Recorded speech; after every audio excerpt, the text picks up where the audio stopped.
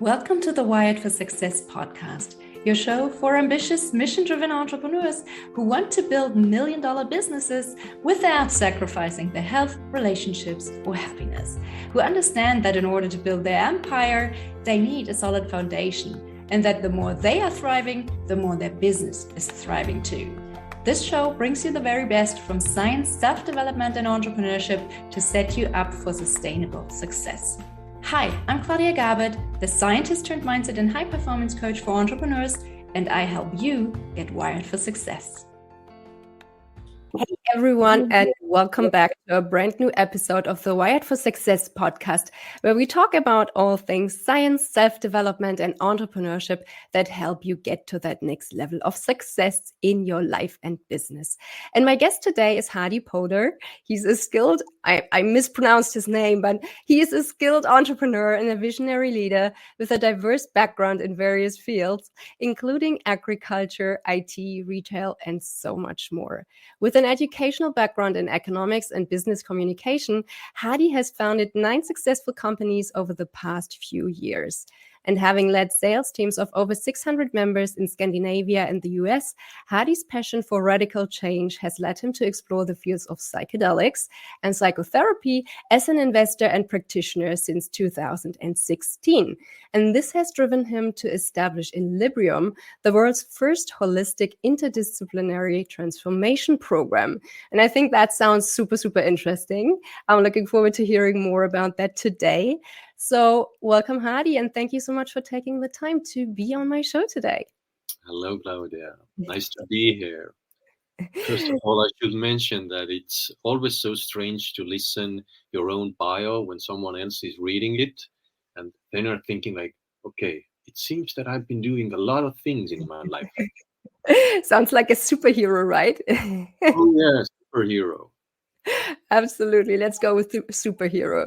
So, Hardi, your entrepreneurial journey, as I mentioned, spans various fields. And I'm curious to hear more about your journey. So can you tell us a little bit more about those 9 different businesses that you have built so far? I tried to put it all together and make a shorter version of my life story. Let's call it like this way. But like you said, I became an entrepreneur in a very early age. I established my first company when I was studying economics at the university when I was 19 years old. Wow. Yeah, because I'm coming from a poor family. My mother was and is a waitress in cafeteria, and father was working doing normal average job, not well paid. And all my childhood, I was thinking that I will not be like this kind of person like my parents are, and I will become entrepreneur and I will be successful in life. That was my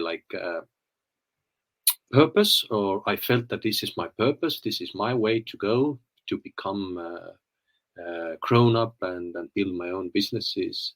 And it was pretty logical for me when I became grown up and went to university. Then next to it, I established also a company. Because as I was studying economics, then I thought that, okay, I had been studying it almost a year now. It's time to put this knowledge, this huge knowledge with less than a year into the practice. And I established my first company. It was one construction company. Claudia, I didn't know a thing how to build houses.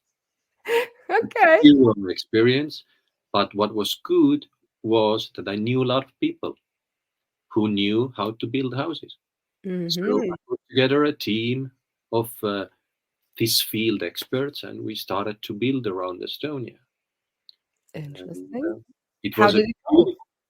It went very well. I had a major partner in this business who was giving me different projects around Estonia. And this partner went to bankruptcy, and they didn't pay me my 3 years earnings. So debt was going all the time bigger and bigger and bigger. They paid a little bit all the time that I can pay all the salaries and everything. I had altogether 41 employees in my company in the end. So I got paid all the salaries, but no profit as an entrepreneur. And then I got the notice that they are going to the bankruptcy, and this is only I will get my 3 years earnings or profits only in my dreams. Oh no, so sorry to hear that. That was fantastic news.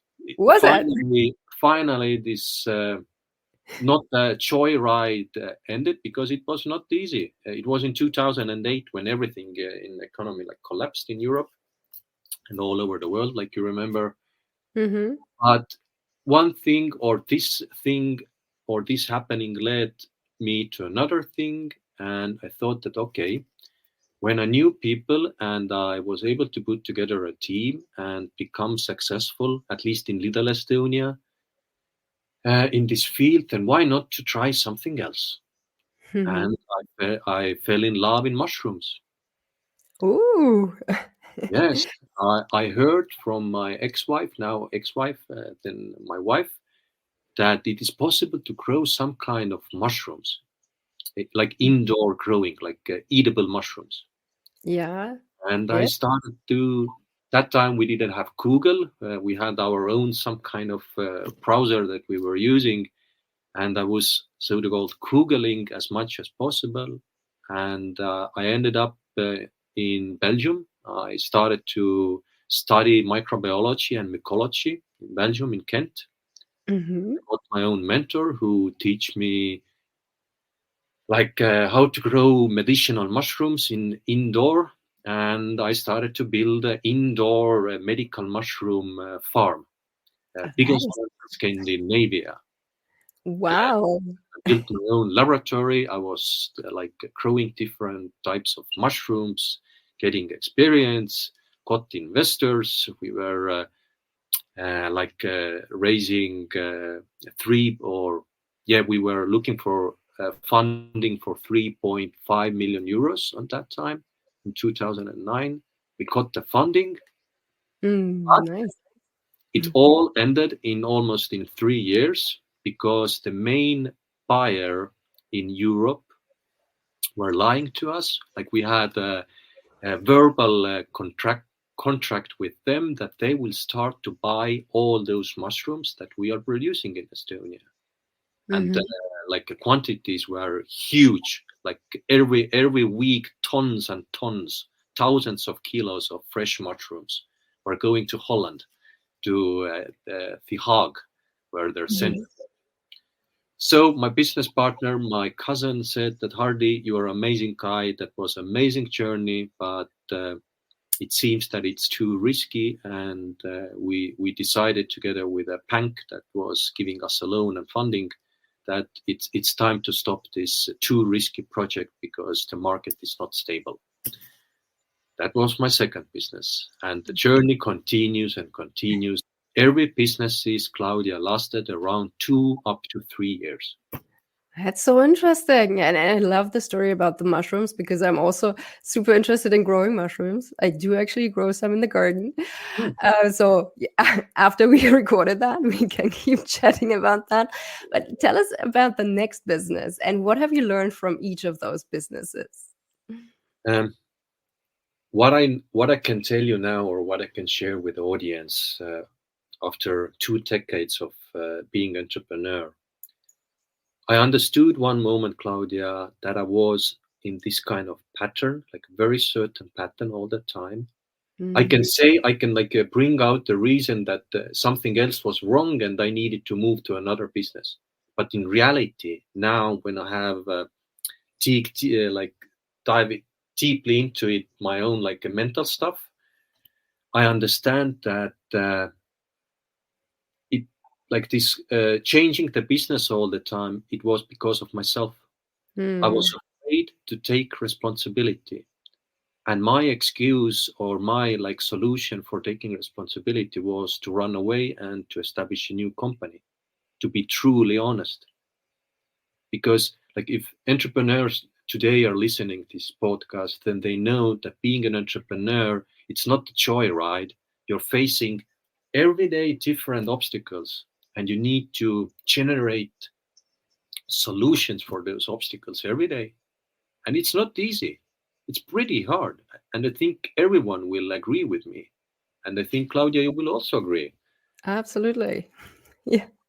And my solution for, like, I was so afraid to take responsibility. So my solution was to run away, to establish a new company, not to face those obstacles that I was facing, because there is always solution for every obstacle, but I was not willing to find it.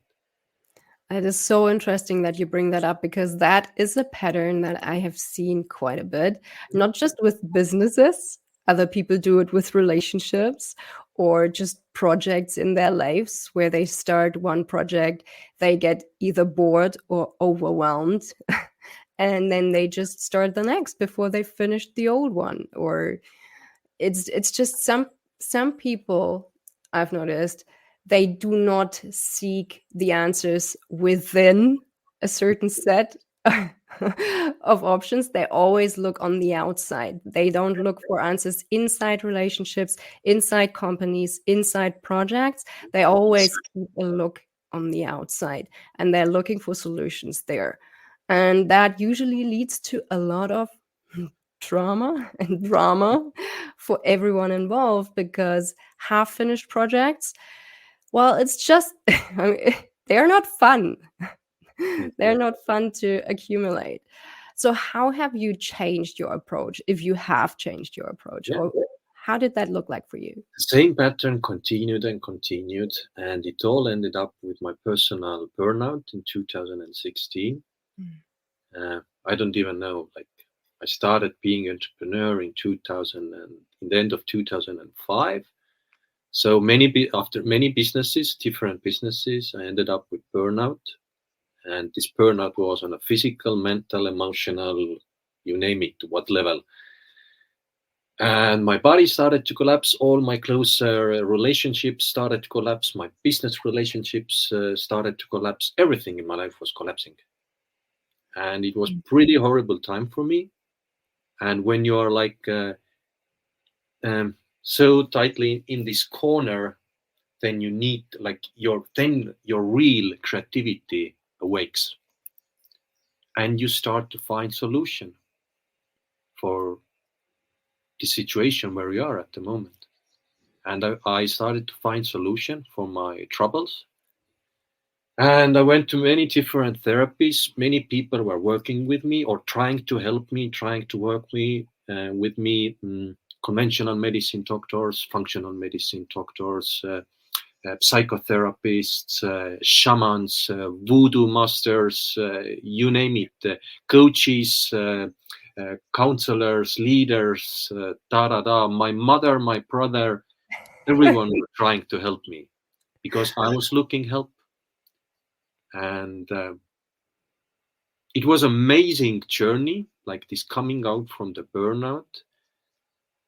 And I learned a lot, and I got the understanding or awareness of my own dysfunctional patterns that I was going again, over and over again, going through it and like repeating it all the time. How long did it take for you to actually accept help from the outside? Because the people that I've seen this pattern in, they are usually the ones that are really, really stubborn and really, really headstrong, and they are the ones who reject help. So how long did it take for you to say, okay, I've reached a point where I accept help? I accepted help when it was so painful that I couldn't stand it anymore. Right. Like when you have agreement with your spouse that she's staying home and taking care of kids, and I will take care of finance and this area. And when your spouse is saying to you that Hardi, the situation is like this, that now I need to go and find a job where we can get paid, that we have money for our kids and then that was the last piece for me, or the last drop. And that made me move. And next to it, my physical body was collapsing. It was like physically so painful. Like I had so huge pains in my physical body, like someone was stabbing me with a knife into my pelvis. I have talked about it a lot in different podcasts. So that was this driving force for me. I knew that I needed to change. I also tried out numbing myself with alcohol and tobacco. I was drinking a lot because then luckily I had money. I had freedom to do that. But after 6 months, I understood that this is burning myself from both sides, and it will not have a happy ending, definitely. That sounds really painful. And then I said, or started to say to others that, hey guys, do you know someone who could help me? Like starting with a physical level, and then I moved on to the emotional and mental level. Yeah, it's so important to address all those different levels, because when you've reached that state of burnout, you really have to address all the levels because they have all started to collapse. So how did psychedelics enter the picture, and why did you decide to explore this topic? Because I had a business mentor who was helping me to come out from this financial burnout as well, who was mentoring me. But he also was doing different therapies, like not not professional level, but still like different therapies coming from Asia. I don't even remember those names, and it doesn't matter. But I had a huge respect on this person because I saw that, okay, he's into this spiritual world as well, and he's successful, like in this real world, in the financial world and material world. Okay.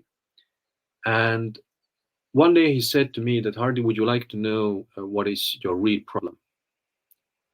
Claudia, if someone is telling to you that he knows what is your real problem, then in this moment, maybe it might sound like a real blessing that someone will now fix you and you don't have to do a thing because someone else knows what is wrong with you. Then now, years later, I can tell you, if someone is telling you like this, then start running as fast as you can, because only you know what is wrong with you. No one else knows. No psychotherapist, no psychiatrist, even not your mother or father knows like what is good for you or what you are feeling. Only you know what you're feeling and what's wrong or good with you. So he said to me that, Hardi, your problem is that you're living in your head, not in your heart. Fantastic. What about psychedelics? For me, it all equal with narcotics. They are bad for your health and bad for everyone. But as I had a huge respect and trust for this person, I was willing to try it out. And he came together with me, and we went to one ayahuasca ceremony. The shaman came from jungle, and it was one ceremony. Claudia, it was mind-blowing to experience these kind of things. And that was great. That was, yeah. I remember it was in 2016, 4th of August. I'm good at in date. I know exactly when it was, when it happened. I still remember it clearly, like all those 3 nights. And I thought that it really changed me, like all those insights that I got there. And it was like reading yourself like an open book, like all your traumas and troubles and why you're acting like this. And I thought that, okay, now it's done. Now I'm cured and I can continue with my real life. But in reality, what followed for this weekend retreat was a huge mess in my life. And in reality, the situation went even worse. Like it was going even like it was not nice after that, because I didn't know how to handle these insights in real life. Like you get like some kind of very deep psychological understandings about your patterns, why you are doing something or have been acting in some way, and then no one is teaching you how to implement those insights in everyday life, in this real life, in this 3D physical material life. And but the journey started then, and I thought that okay, if I got so many valuable insights from one retreat, then why not to try out another one? And I was going and going and going. In 2017, I was tripping a lot, like whatever, like psychedelic. I can't say a psychedelic-assisted therapy, because it was not a therapy. It was more like a voodoo stuff. Shamans and spiritual narcissists came together and started to fix people. But I was enjoying it. It became for me also a runaway from reality. It was so nice to see those beautiful pictures and amazing insights that you are getting while you are tripping with different substances. But it also one day it ended, and I understood that this is all bullshit. What psychedelics are doing with people. And one thing led to another. I met professionals, like professional psychotherapists, professional psychiatrists who had like a certain background and education. And while talking with them, sharing my own story, and my spouse Monica, as she's also into nutrition and genetics, she was giving like we were doing different DNA tests. Like we were checking like what is my neurochemistry, how this is like how this works in this real life on a neurochemical level, how my physical body works. And you, especially Claudia, you know like how your habits, eating, sleeping, training, everything affects your neurochemistry. What affects your, how can you handle with stress? Like what mood you are, what mood do you have? Like everything is related to it. And Monica started to work on a physical level with me, and one psychotherapist started to work on emotional level. And the change started to come with a small steps, like a real change, like how I was acting. I got aware of my dysfunctional patterns, my limiting beliefs. But one thing is getting aware of those blockages that are blocking your full potential in your life.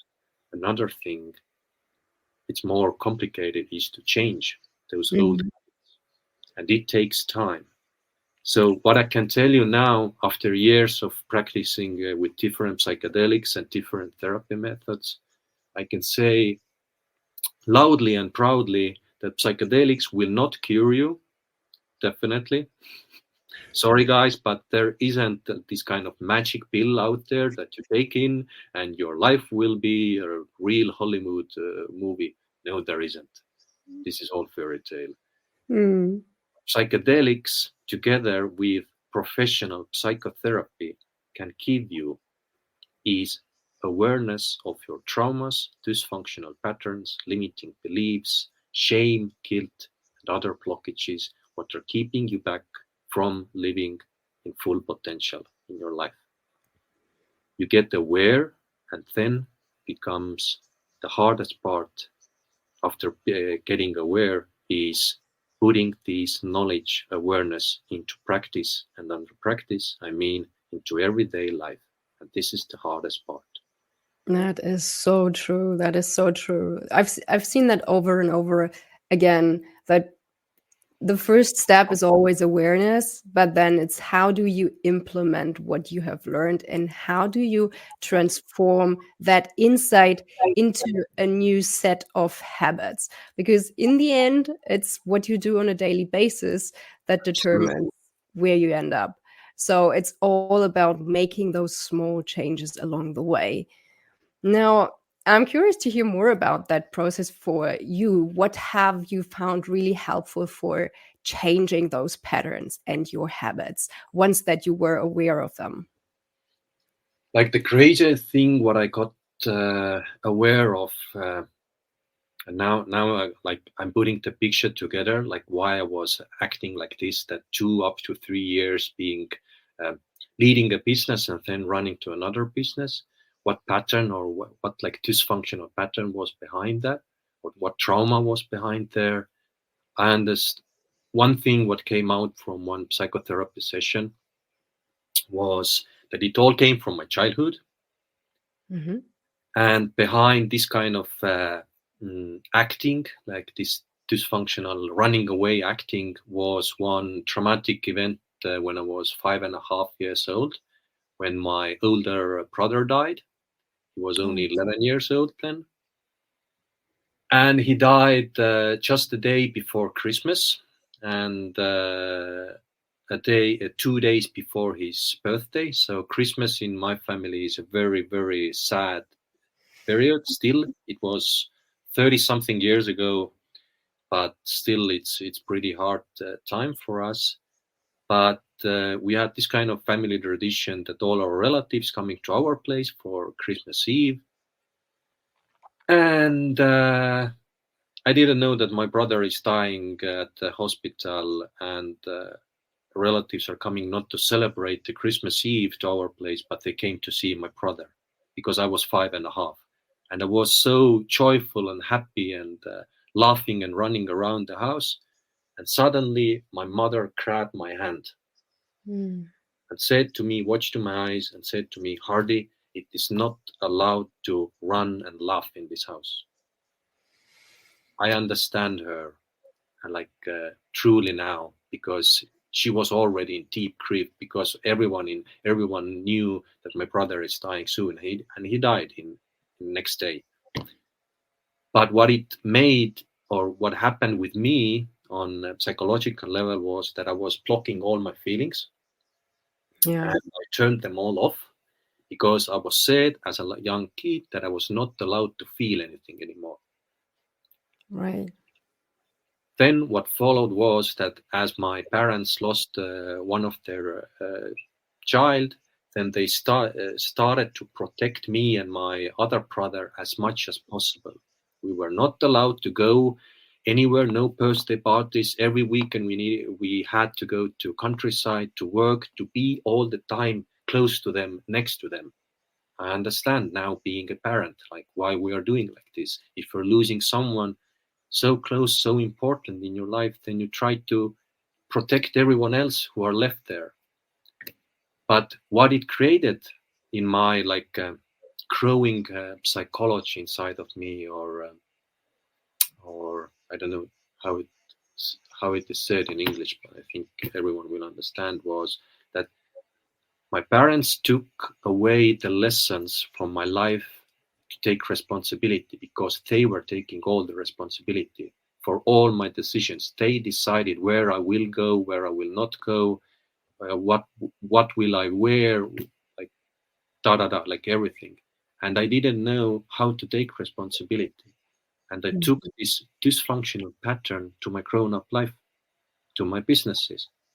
When there came a situation where I needed to take responsibility, like all the entrepreneurs who are listening at the moment know that being an entrepreneur means that you're taking responsibility. Sometimes it's easier, sometimes it's harder, but you need to take it. And I was afraid, because no one teach me how to do it.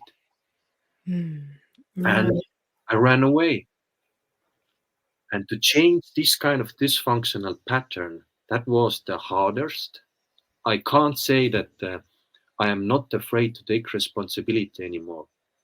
I'm still afraid, but the difference is that I'm aware when this being afraid kicks into my life, and how it affects my decision-making abilities. This is the biggest change, or the biggest difference now, like comparing myself at this very present moment, comparing with Hardi, let's say 5 years ago or something. Yeah. I think this is never-ending journey, but that was the biggest aha moment.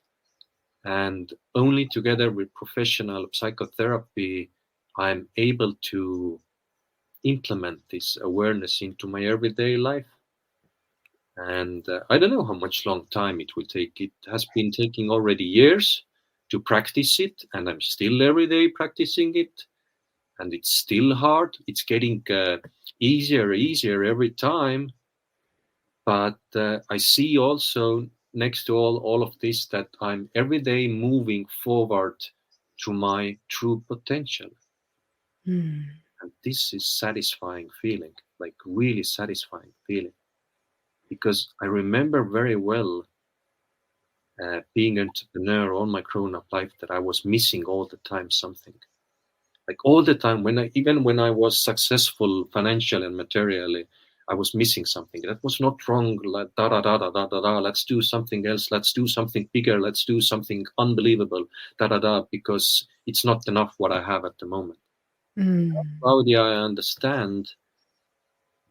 And this is my opinion, and this opinion comes from different conversations with really highly educated and successful people who are leading companies with more than 10,000 employees, who are at the moment customers of our company called Inlibrium. And they are saying as well, like I'm thinking and saying at the moment, that the only thing what people are missing in their life is their full and true potential. Their true self. Yeah. And I mean, there's so many interesting things that you mentioned that I want to come back to before I forget them. So one of the things that stood out to me was when you talked about that dissociation that you experienced as a response to that traumatic event in your childhood. What that does is you kind of lose access to your emotions. And I've seen that a lot of people, like when that happens, they also don't have the vocabulary to talk about their emotions. So they're not aware necessarily of what they are feeling in the moment. And that often leads them to make decisions that they don't themselves understand, because there's something inside of them that they cannot access, and it determines their decisions. Is that something that you've experienced as well? Yes. Like, yeah. As I disconnected my feelings being 5.5 years old, at least this is how I understand. I don't know, is it like a final truth or ultimate truth, but this is what I have discovered. And I think it was like this. When you're disconnected with your feelings, and okay, it happened long time ago when I was 5-something years old. And now being grown up, an entrepreneur, being a CEO of the company, and you are not connected with your feelings, then it is pretty hard to make right decisions. Because like it is always, it is said, I think in every culture, that the first feeling what comes up is always the right one. Because Exactly. then your subconscious mind is talking with you. After a second or half of the second, the mind kicks in. And this mind is calculating all the decisions according to the past experiences and and all this data and information what it has like collected in your lifetime. But like the first feeling is always the right feeling. But now I ask everyone to imagine, like, if you are not connected with your feelings, then how the hell can you feel the first feeling? What is always the right feeling? You can't. You can't. That's And right. to be successful leader and entrepreneur, you need to be connected with your feelings, because it is so important. Like, firstly, you without feelings, your empathy with others, it is zero. You can't understand what others are feeling and thinking, and how they feel about something. You can't feel other feelings when you don't feel anything inside of yourself, because you are disconnected with your feelings. You're only using your mind, not your feelings and subconscious mind. So it's highly important to be connected, and especially with men. I think in Germany there is also saying that boys don't cry or men don't cry. I think it's all over the world. Yeah. When it is told to you from being a very young guy, very young boy, that you are not allowed to cry, you are not allowed to be vulnerable, like vulnerable, vulnerable. then if it is said years after years, like all the time, repeat it, then it also disconnects with you, like feelings, because you haven't got the chance to study how to feel these kind of feelings, like how to be sad, how to be like really happy. I remember when my boys were born, now they are 12 and 15 years old, I was faking that I'm happy. I'm sorry to say it, because I was outside I was happy, but inside I was so lost that I didn't know like what happiness is, or is this a real feeling, because I was not connected with my feelings.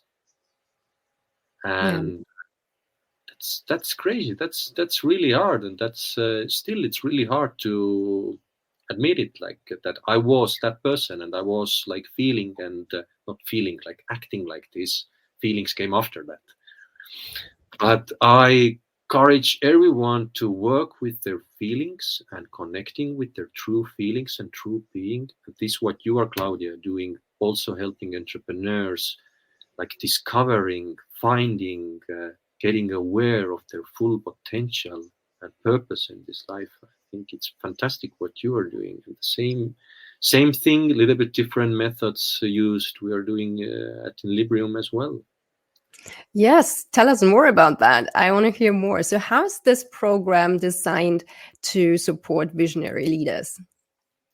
So after going through this crazy ride and coming out from it, and got connected with my feelings, got aware of my traumas and dysfunctional patterns, ending up with shame and guilt and not being vulnerable is the word, I think, in English. Yeah. Mm-hmm. And then learning all of this, then after my 8th business, I was in a situation that it was time to start something new. And then I was together already with my spouse, Monica, who is also co-founder of Inlibrium, and sharing like all those events that were important for me in my life, and where I saw the change came. Then we started to put together a bigger picture, like where the real change came in my life, and how I really got out from the burnout, how I really got awareness and solution for my obstacles in everyday life, for those dysfunctional patterns and stuff that I talked earlier. And then we thought that, okay, if this kind of methods that were used on me, like different people were working with me, helping me, were so effective, and it all together helped me to come out from this situation where I was, then why not to put together this interdisciplinary, like holistic team who is working with leaders? Because the idea behind it is that, okay, I'm not like a world leader or something like this. Like my biggest company was 41 employees. For someone, it might be a big company. In reality, Claudia, it's a small company. Like it's almost nothing. So in reality, I'm a small entrepreneur, but I thought that if like a real players in the world can have this kind of shift, because I knew through the different conversations that they are going through the very similar processes in their lives, different cases, but pretty similar processes. Then if they should do this kind of shift that I did, then how would this world look like then, when they are like getting connected with their feelings, putting aside this ego-driven conscious what is leading them, and getting aware of their ego and those ego games that they're playing every day with their spouse, with their kids, with their partners, with their employees, with their bosses, whatever, or whomever, then it would be pretty powerful thing. And again, as I knew a lot of people, I put together a team. Monica supported me with the science, started to search science behind all those techniques. She contacted with all those professional psychotherapists and psychiatrists and functional medicine doctors and conventional medicine doctors, who is like who all are science-based and data-driven, not some kind of voodoo, let's do this, let's hold hands and sing Kumba Yumba and be in love frequency and everything will be fine. No, it won't. And we put together this kind of unique program. It's meant for entrepreneurs, founders, visionaries, you name it, all those ambitious people who know that they are capable for more, who know that what they are missing is their true potential, and who are willing to go this extra mile to achieve this their full potential. And it came out like this, that the length of the program is minimum 6 months. It's pretty intensive.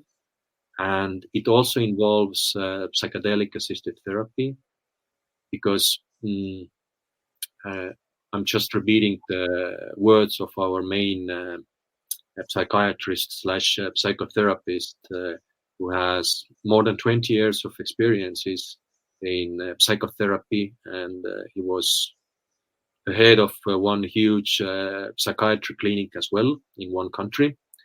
So he knows what he is talking, and he said to me that with one psychedelic-assisted therapy session, he is capable to do the same results compared with 10 years bi-weekly talk therapy. Yeah, I've heard stuff like that. That's crazy. That is crazy. The change, Claudia, is not coming from that one event what lasts, I don't know, 6 hours or something with a person. The change comes from the integration that is followed for this psychedelic-assisted therapy session in normal states of consciousness, in real life, in real environment. But then you are given tools to use those understandings, insights in your everyday life. And this is the key thing. And another key factor in this program is that there isn't this kind of thing like one size fits for all. Claudia, you are unique, I am unique, everyone are unique, our neurochemistry is unique. And that's why we are starting, all the programs are starting on a physical level, and we are testing your DNA, your neurochemistry, like how your physical well-being is regulating your neurochemistry, what regulates your mood, your stress, how you can handle with stress and everything. Because psychiatrists are saying that to go so deeply into your subconscious mind, to see those traumas, dysfunctional patterns, it is so like energy effective. It takes so much energy. So on a physical level, you have to be in some in a better place already. When you're sick and tired all the time, then you can't go to your childhood and see like how your mother is grabbing your hand and saying that you are not allowed to feel anything in your life anymore because you don't have enough resources to do it. So we're starting with a physical well-being, doing DNA tests, gut health tests, different fatty acids tests, like what is your omega-3 and 6 ratio, what influence the inflammation level in your body. You know it very well, that you have this background, and working together with functional and conventional medicine doctors who are helping us, like preparing this person on a physical level.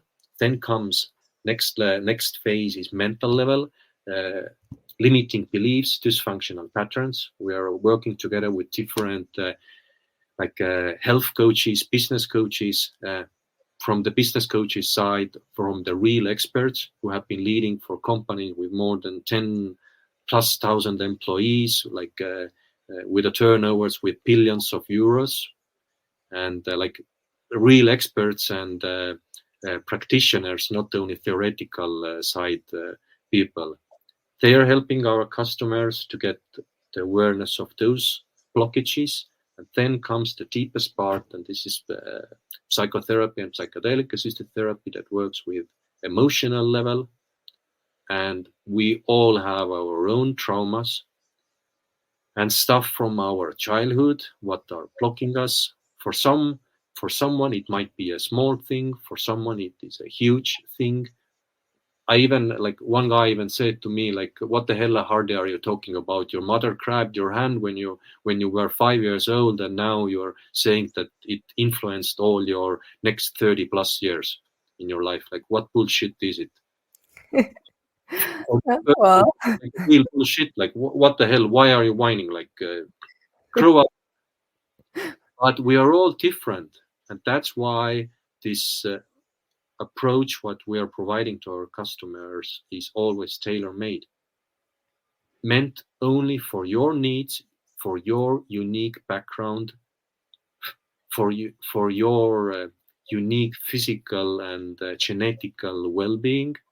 It all starts, and we see and believe that only sustainable change can come if you are working with all different levels, like on the same time: physical, mental, emotional, intellectual, spiritual. These are the 5 pillars that we're working with, and it takes time, and it's not easy. yeah, and I totally agree. And I love that your approach is holistic and interdisciplinary and also tailored to the individual. That's how I like to work with people as well. And just like you, I don't see the cookie cutter method working for everyone. I think that we need to figure out, as you said, what are the things that are driving someone's motivations and behavior. And it could be like the small things that happened way back that still influence their behavior today. So this is something that we have to figure out for ourselves or for each of our clients, right? So last but not least, where can our listeners find you if they would like to connect with you or learn more about you? And now comes the ad. You can visit www.inlibrium.com. Now, like we talked before recording this episode, you are using LinkedIn and we are using LinkedIn. So at the moment, from the marketing side or social media channels, we are using only LinkedIn. You can find me as Hardi Põder, type there, or type Inlibrium into it and you will find us, or visit inlibrium.com. And I think, Claudia, you can add this link to this podcast as well when we're publishing it. And if someone is looking this kind of service, then they definitely will find us. What I need to say is that we would like to work with everyone in the world, but we don't have so much resources. We don't have so much people together, like all those experts. Mainly with one person, there are like working 6 up to 8 people, depends of the needs, like different professionals. So we are at the moment capable to take into the program 20 people per year, per 1 year. So we're a very small company, very tailor-made. But what I can promise is, if you're starting with this program, your personal tailor-made transformation program based on your uniqueness, then the whole focus will be on you and on your needs. And idea is to help you to find your purpose, your true potential, and your true self. And guys, when you're finding this true self of yourself, then this feeling, what comes after that, it's incredible. And how it affects your business life, it is even more incredible, because when you're connected with your feelings and with your true self, then you're just reading people and reading the situations and get the clear understanding, like what would be the next steps that you need to take to be successful in whatever you are doing. Like it doesn't matter. Everything is related to people. Everything is related to feelings and connections. So be aware what is keeping you back today, and use this knowledge to discover a true potential. Sounds amazing. Again, Hardi, thank you so much for talking today. It's been a pleasure having you on this show. Thank you, Claudia. Take care and talk soon. Bye. Thank you so much for listening to the Wired for Success podcast. I hope you've enjoyed today's episode. If you did, please subscribe, rate, and leave a review. That's a fantastic, easy, and zero-cost way to help the show grow. Just use the link in the show notes and make my day. Want more? For quick, actionable tips and insights to guided meditations and a side of biohacking, join my inner circle and get access to exclusive subscriber-only content. Again, just use the link in the show notes to join the tribe. Thank you for your support and see you on the other side. Take care and talk soon. Bye.